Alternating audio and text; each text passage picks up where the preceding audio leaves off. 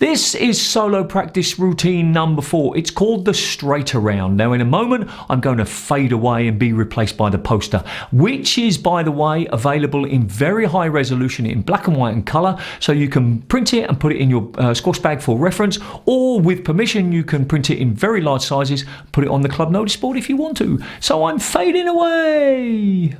So as I've already mentioned, this is called the straight around, and it's a routine that requires more skill than fitness or strength.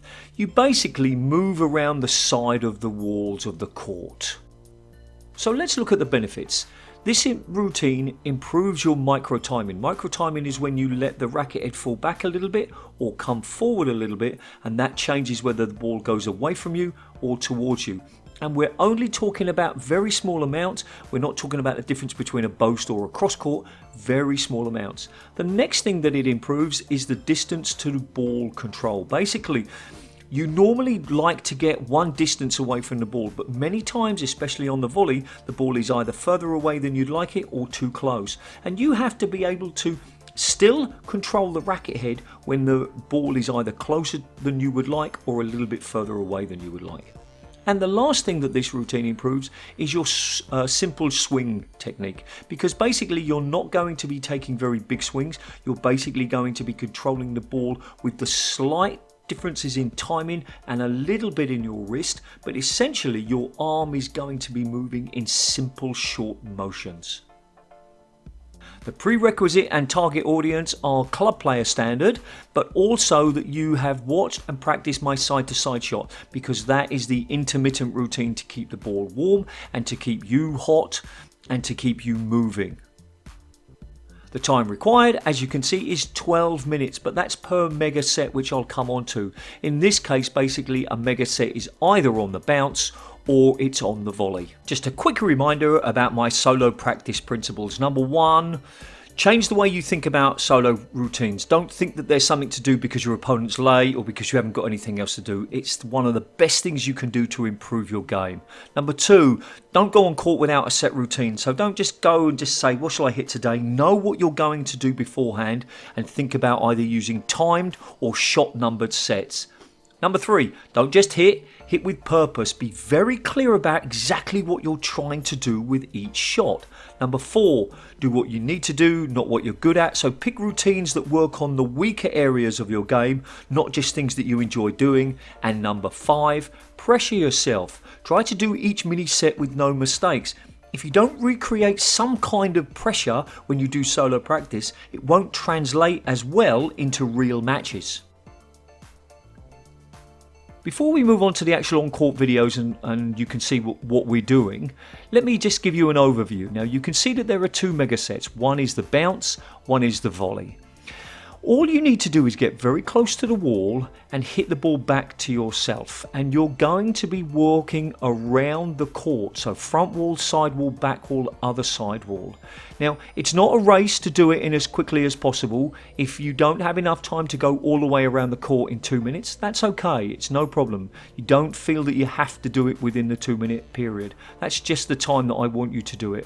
So if you only get halfway round, that's fine. If you go around twice, that's fine as well. So that's the kind of overview, and you can see that you go forwards clockwise, backwards clockwise, forwards counterclockwise and backwards counterclockwise. All of those sessions add up to 12 minutes for the bounce, and then another 12 minutes if you want to do it on the volley. But anyway, let's get on court and you can see it in action.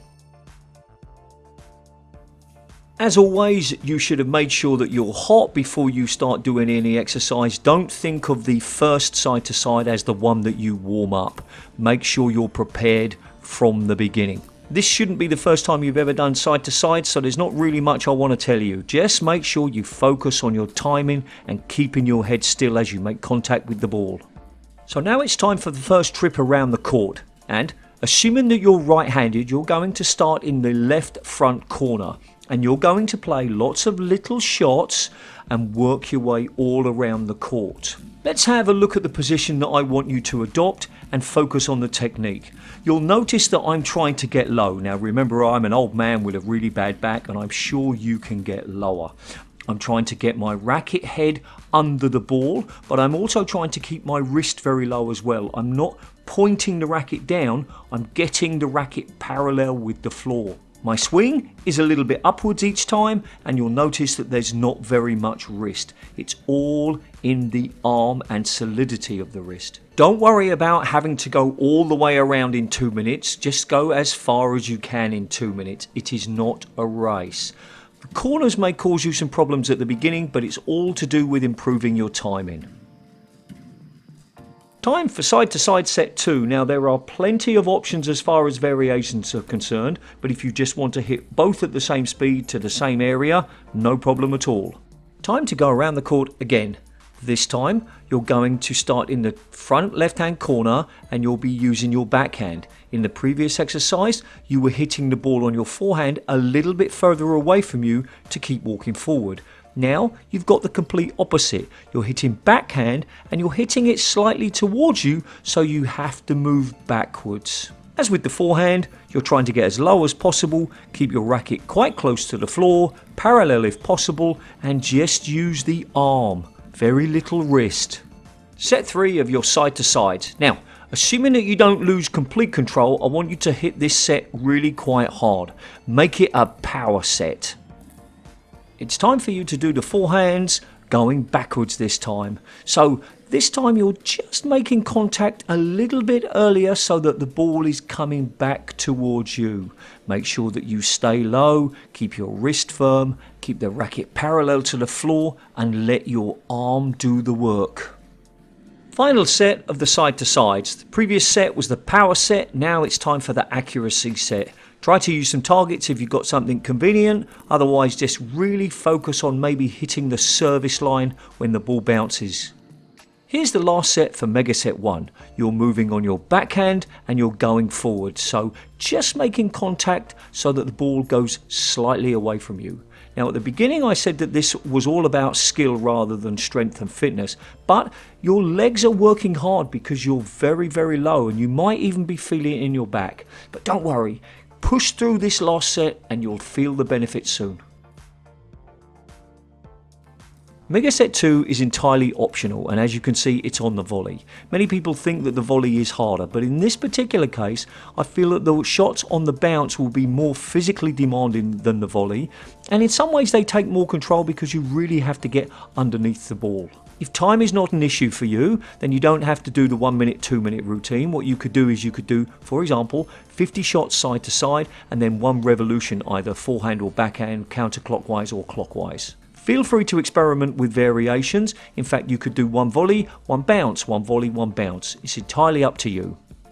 What's important though is understanding that the micro timing, the timing of a little bit early and a little bit late, affects whether the ball goes away from you or towards you. And this happens in real games when you're hitting the ball up and down the wall. If you are a little bit late, then it will hit the sidewall and come back into the middle.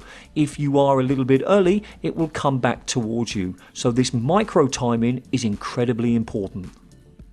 If you think the content of my videos is useful, please consider subscribing to my channel and turn on notifications.